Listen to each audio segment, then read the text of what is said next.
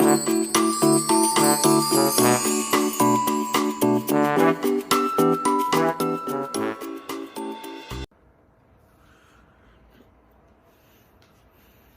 kawan-kawan sekalian, nama saya Calvin. Saya dari Universitas Putra Batam, Fakultas Teknik dan Komputer, Prodi Sistem Informasi. NPM saya 1815006. Hari ini saya akan menjelaskan mengenai billing system, mengenal tentang billing system. Billing system pada saat ini penggunaan teknologi semakin berkembang dan memberikan banyak manfaat kepada penggunanya, di mana penggunanya akan dibantu dalam melakukan pekerjaannya. Setiap pekerjaan pasti menggunakan teknologi agar dapat mempercepat suatu pekerjaan, sehingga pekerjaan akan tepat waktu sesuai dengan keinginan dan akan memberikan kepuasan bagi hasil kerjanya. Contoh yang sesungguhnya itu di zaman sekarang. Dapat sekali dipastikan semua bidang maupun kalangan pasti menggunakan alat bantu dalam mengerjakan tugasnya. Karena memang dapat dipungkiri bahwa kehadiran teknologi sangat membantu dalam menyelesaikan pekerjaan. Salah satu bagian yang menggunakan teknologi tersebut yaitu bagian kasir, yaitu menggunakan sistem billing. Billing yaitu dapat diartikan sebagai bukti transaksi pembayaran. Maka billing tersebut bisa diartikan sebagai mengirim bukti transaksi atau mengumumkan bukti transaksi. Menurut wikipedia.com, sistem billing yaitu merupakan sistem yang membantu para usahawan untuk mengatur dan mencatat segala transaksi yang terjadi. Contohnya bagi pengusaha warung internet, billing system digunakan untuk memonitor penggunaan dan pemasukan warnetnya. Sedangkan jika bagi usahawan yang bidang perumah sakitan, sistem billing digunakan untuk mencatat proses pelayanan mulai pasien datang sampai dengan pasien pulang. Menghitung biaya yang harus dibayar pasien secara otomatis, serta memberikan informasi analisa pengambilan keputusan secara cepat dan akurat. Billing system sangat berguna bagi perusahaan yang memiliki transaksi yang banyak setiap harinya, di mana pada perusahaan tersebut membutuhkan alat yang mampu memproses data tersebut. Pada dasarnya, sistem billing ini hanya berbentuk sistem pencatat atau alat untuk memonitor berbentuk software saja. Tapi kini dengan adanya internet, kemudian software-software tersebut dapat didownload melalui situs-situs yang disediakan. Ada bermacam-macam model sistem billing dengan kelebihan dan kekurangannya. Ada juga yang gratis dan ada juga yang dikenai biaya. Untuk mendownload dengan aman agar hard disk tidak terkena bahaya virus, kita dapat menggunakan VDM atau Free Download Manager. Software di GUI ini bekerja membantu kita agar melakukan proses download di jalurnya. Jadi secara umum, sistem billing ini sangat membantu setiap pekerjaan dalam jumlah besar, sehingga memudahkan untuk memunculkan bukti dan mengirim bukti kepada pelanggan. Seiring berjalannya waktu, sistem billing tersebut berkembang dan banyak sekali vendor membuat aplikasi tersebut dengan bermacam-macam spesifikasi dan kemampuan pada setiap software yang dibuatnya. Sistem pembayaran SPP berbasis komputer pada di sini saya ada contoh satu billing system yang pada saya menemukan jurnal billing system pembayaran SPP berbasis komputer pada SMA 1 Kesatrian Semarang. Saya mendapat tahap desain sistemnya itu.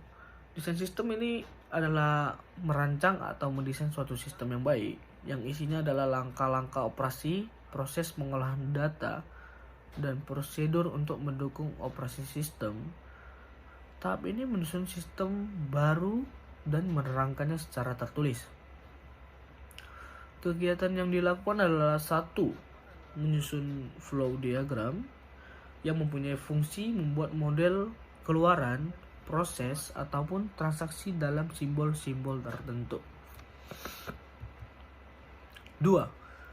Merencanakan konfigurasi peralatan-peralatan untuk memberikan alternatif yang disetujui dan dirinci lebih lanjut. Pada tahap ini dilakukan kegiatan sebagai berikut. 1. Model-model perancangan dengan alat bantunya. A. Konteks diagram. Konteks diagram merupakan diagram yang detail dari sebuah sistem informasi yang menggambarkan aliran ke dalam dan keluar sistem serta ke dalam dan keluar entitas-entitas eksternal. B. Data flow diagram atau sering disebut DFD. DFD level merupakan hasil pengembangan dari konteks diagram ke konteks yang lebih detail. Kemudian akan digambarkan dengan lebih terinci lagi pada overview diagram atau level 0. Tiap proses pada level 0 akan dirinci lagi pada level 1 yang kemudian diteruskan pada level 2 berikutnya. 2. Perancangan database. Langkah-langkah yang dilakukan penulis dalam tahap ini adalah A. Kamus data atau data dictionary. Berfungsi membantu pelaku sistem untuk mengerti aplikasi secara detail dan mengorganisasi semua elemen data yang digunakan dalam sistem secara persis sehingga pemakai dan menganalisa sistem punya dasar pengertian tentang pemasukan, pengeluaran, penyimpanan, dan proses. Yang kedua adalah Entity Relationship Diagram atau sering kita sebut ERD. ERD ini merupakan suatu model konseptual yang mendeskripsikan hubungan antara penyimpanan data atau file data. Yang ketiga itu normalisasi data proses. Normalisasi merupakan proses pengelompokan data elemen-elemen menjadi tabel-tabel yang menunjukkan entiti dan relasinya. Normalisasi berfungsi agar tidak terjadi redundansi data atau penyimpanan data berulang-ulang. Yang kedua, agar tidak terjadi field yang bergantung positif. Lanjut ke relationship table atau cardinalities. Pengujian ini memastikan beberapa table dan hubungan antara table tersebut. Yang ketiga itu desain input dan output. Desain input yaitu merancang formulir sebagai sumber data. Hasil dari informasi tidak lepas dari data yang dimasukkan sehingga desain input harus membuat suatu sistem yang dapat menerima input yang benar dan berguna. Desain output. Desain output yaitu merancang tampilan di layar atau printer untuk informasi yang dihasilkan. Tahap implementasi sebagai sistem implementasi sistem merupakan tahap meletakkan sistem supaya siap untuk dioperasikan. Tahap implementasi sistem terdiri 1. Menerapkan rencana implementasi. Tujuannya untuk mengatur biaya dan waktu yang dibutuhkan selama tahap implementasi. Hasilnya itu anggaran biaya dan skedul waktu. 2. Melakukan kegiatan implementasi tujuannya untuk melakukan pelatihan sistem dan pelaksanaan sistem. Dalam hal ini melakukan pelatihan sistem terhadap user dan merubah atau mengganti dari sistem lama ke sistem yang baru. Hasilnya itu pelatihan dan pelaksanaan sistem oleh user serta pergantian atau perubahan sistem. Yang ketiga itu tindakan lanjut implementasi tujuan. Pengetasan penerimaan sistem dilakukan dengan menggunakan data sesungguhnya dalam jangka waktu tertentu yang dilakukan oleh bersama-sama dengan user. Hasilnya sistem bersama. Berikut ini desain form data mahasiswa dan struktur basis datanya. Di sini kita bisa lihat dengan jelas.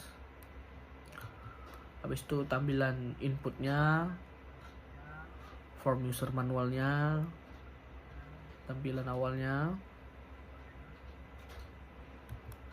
Di sini desain form data petugas ada, desain form pembayaran SPP.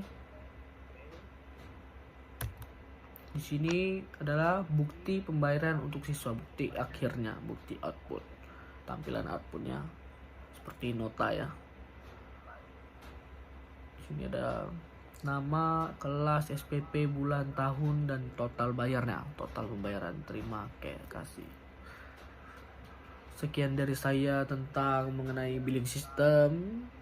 Mohon maaf ada kekurangan, saya minta maaf. Sekian, terima kasih.